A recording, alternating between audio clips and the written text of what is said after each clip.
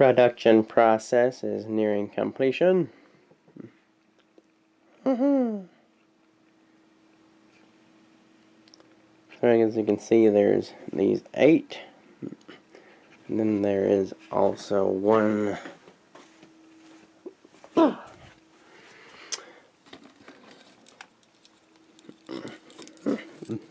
the mechanical prototyping.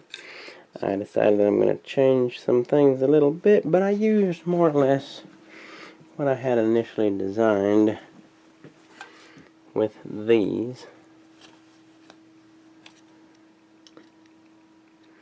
So I'm going to change up the holes a little bit for the next run. And of course, we have this is the programming prototype. As you can see, I soldered header pins on there, even though it's completely flat.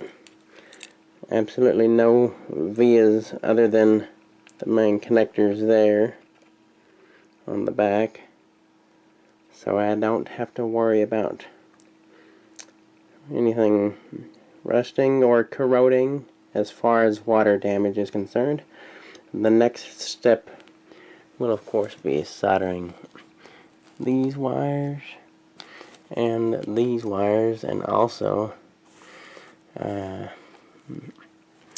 I'll buy some more 2 of these instead of using connectors there. As you can probably tell already, I'm simply going to use 2 right there in the middle, and this one will be soldered direct, and I'll make perhaps another hole just to solder the valve on. So, looking good. These go in here. The float is not inhibited by this, so I expect they will work fairly well. And the next step was to coat with silicone modified conformal coating. I think this is about 12 ounces, about $10 or $12. It provided the best bang for the buck. And here's the last one. I decided to take the mechanical prototype and went ahead and completed it.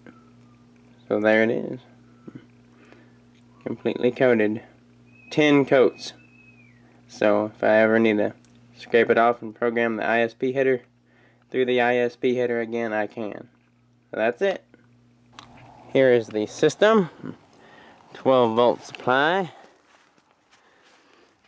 Plenty of amps to kick out if need be.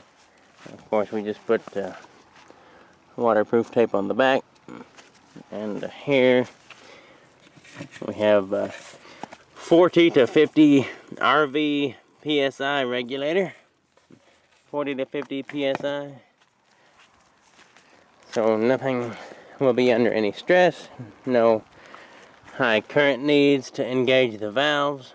And here we go to this irrigation dripper irrigation tubing, and this is the quality stuff. This is the poly crosslink stuff. I guess I call it just the smaller form of PEX because it fills and fills the same way, seems to work the same way similarly. But it's the commercial stuff. It's not just gonna pop off just because it's under a little pressure. And here are the valves. And so far they have all been working. These 4 put out recently because I wanted to make sure the program seems to work. Now I'm not sure how low the water level goes before it refills, but they are always full, and that's more or less the point.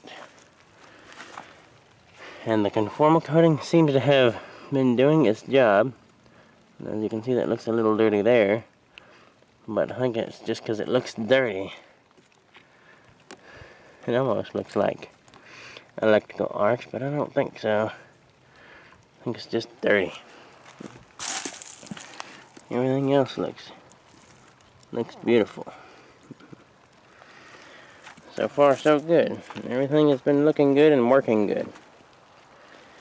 And don't mind the mess of all these boxes. This isn't really my idea of being organized in. And of course, as you can see, there's not really anything planted in the growing boxes yet, even though there's a valve there. Of course, this had squash in it, but well, it's not doing so hot. So, of course, that's why these are the recent ones that were installed. This one and that one and these two, because I actually have something planted in them. So we'll see how well the stuff grows, but at least the valves are working. So I'd like to thank Marty Armstrong, my biggest supporter on Patreon so far, as well as everyone else that supports me on Patreon. Sorry I can't get these videos out a little bit more often, but with the other projects, various projects going on, it does take a little bit of time. Not to mention the rest of life.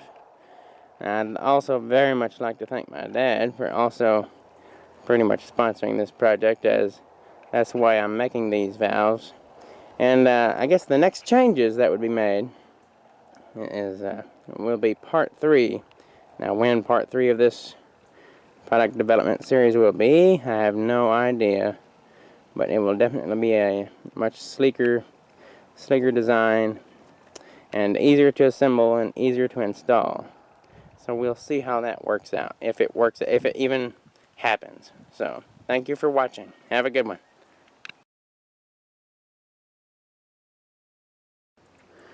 What you been eating in there, huh?